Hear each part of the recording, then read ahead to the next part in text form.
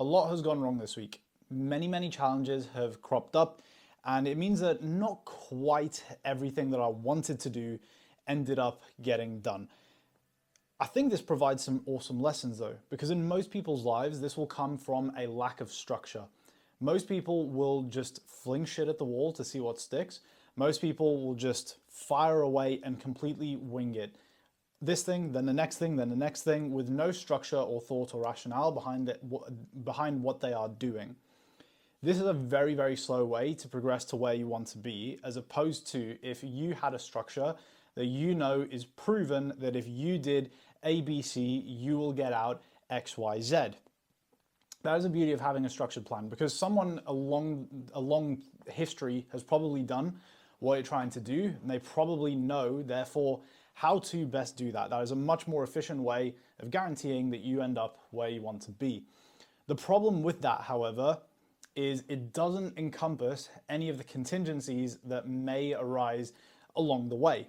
And make no mistake, no great plan survives contact. So being prepared for when your structure gets tipped on its head is of the utmost importance. A lot of people swear by things like morning routines, setting yourself up for success, having this super rigid structure in place, and that is great for the foundations. But what happens when you wake up an hour late? What happens when someone breaks your alarm clock? What happens when you wake up in a different country, not used to the same scenery? What happens when literally anything in that structure goes wrong? Adaptability is the most important thing. Having the tools to basically be able to now almost improvise and actually make the most out of when something gets turned on its head, when you're not going to have that perfect structure, is, I think, really key for being able to take consistent steps forward, because it's bound to happen. It's almost inherent that there are going to be times where things aren't going to go the way you would like. What happened this last week? If you are new here, I'm Kev. I'm the head coach and owner of Pinnacle Coaching. We help people achieve their health and fitness goals. So I'm documenting a little bit more of what my business is doing. What am I up to behind the scenes? Well, I'll give you a little bit of a breakdown of what happened this week. So the business has been growing quite nicely. We've been getting some incredible results with clients, and that has meant that my workload as the business grows and I handle more and more clients was getting super high. It was borderline unmanageable in conjunction with all the other business activities, content creation, sales, etc. So I wanted to start outsourcing some more things to start freeing up a little bit of my time, because I was nice and structured. I was getting things done. And one of the things I wanted to outsource was a little bit more of the content creation. I've currently got someone who's editing my videos for me, because it saves me ages of trying to do it all myself. Along with that, I then thought, you know what would really free up some time? If instead of just sending this person 5 videos a week that I'm filming like this, what would happen if I met up with someone to film loads of content, and that would free up then, plenty of my time for the month after that. What ended up happening? Well, number one, we got kicked out of the coffee shop where we were trying to film. We were staying nice and out of our way, but apparently not all small business owners are as cool as me. I've never had that happen before, genuinely. I have filmed in many a coffee shop, because usually if you just stay out the way, do your thing, no one really cares. You've bought your coffee and you sat there like anyone else having a chat. I'm simply just having a chat to a camera. Instead, the dude who owned this place comes and starts yelling. It was kind of funny, because I really didn't mind. It could have just been as simple as like, can you leave, please? We don't want that going on in here. But he came very aggressive and yelling. We went to the gym. We got the rest of the content done, and everything was actually super sweet. Didn't make a dent on my day. Job done. Then I got the videos back, and I don't know what happened. I don't know if it was the equipment. I don't know what it was, but the quality of the videos, there was some audio issues. Basically, all that content, a good few hours of my day spent sorting all that content out, was completely unusable. Really annoying, because not only was that meant to spare me a lot of time going forwards, but number one, now going into an even busier business period as I start to fill up another coach who I've hired onto my team. Now we're even busier. It's going to be hard to find the time to get that content done again. booking in another video shoot, etc. And as well as that, it means that I have quite literally zero content to rely on this week and send to my editor, which number one is obviously a problem for the editor because they expect a certain workflow, and it's a problem for me being able to do my usual marketing bits.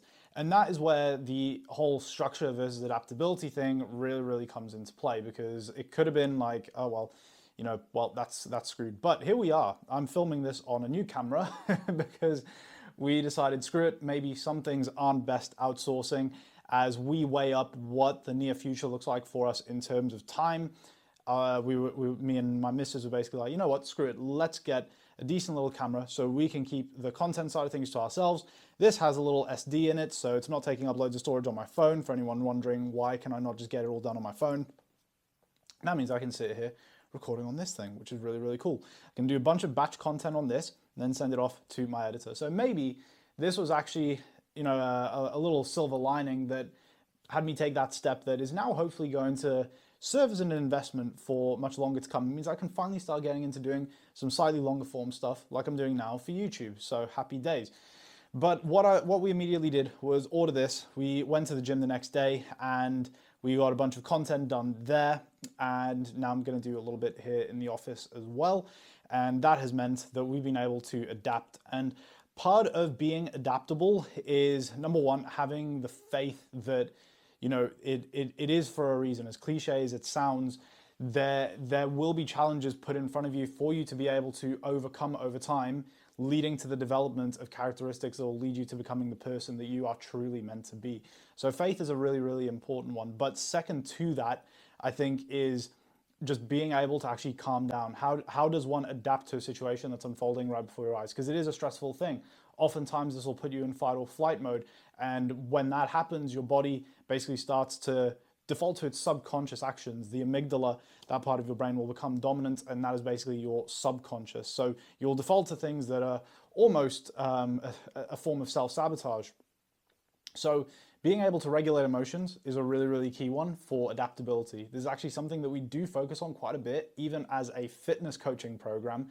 We do help clients deal with emotional regulation, because just by what I've said there, you can probably start to weigh up how this can impact things like eating habits and consistency and adherence.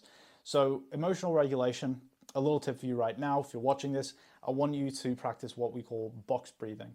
Take a 4-second deep breath in, hold for 4 seconds, breathe out for 4 seconds, and hold for 4 seconds. What you're doing through that breathing pattern is promoting parasympathetic dominance. Your autonomic nervous system splits into two, sympathetic and parasympathetic. Parasympathetic being your rest and digest, sympathetic being your fight or flight.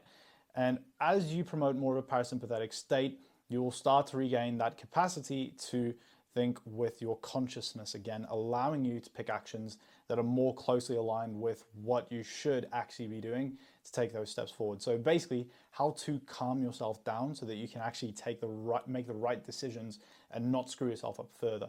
When you can do that, you can think a little bit more logically, and that will allow you to do the things that you actually need to do. And provided you then can almost reflect on those experiences and understand what you could have done better, what you can therefore apply moving forward if something similar is to happen, it means that you are always taking steps up, which is what we're all about, that element of progression, shooting for the pinnacle lifestyle. If you're new here, welcome. And I think that that is a real key, because things don't go according to plan. In your fitness journey, you're going to have to deal with random things coming up. You're going to have to deal with stresses. And even though having a great plan in place is super important for achieving what you wanted to achieve, if you previously had zero structure, that's great for the foundations. But you need a way to make sure that you can actually be consistent even when something comes up that is a little bit out of routine.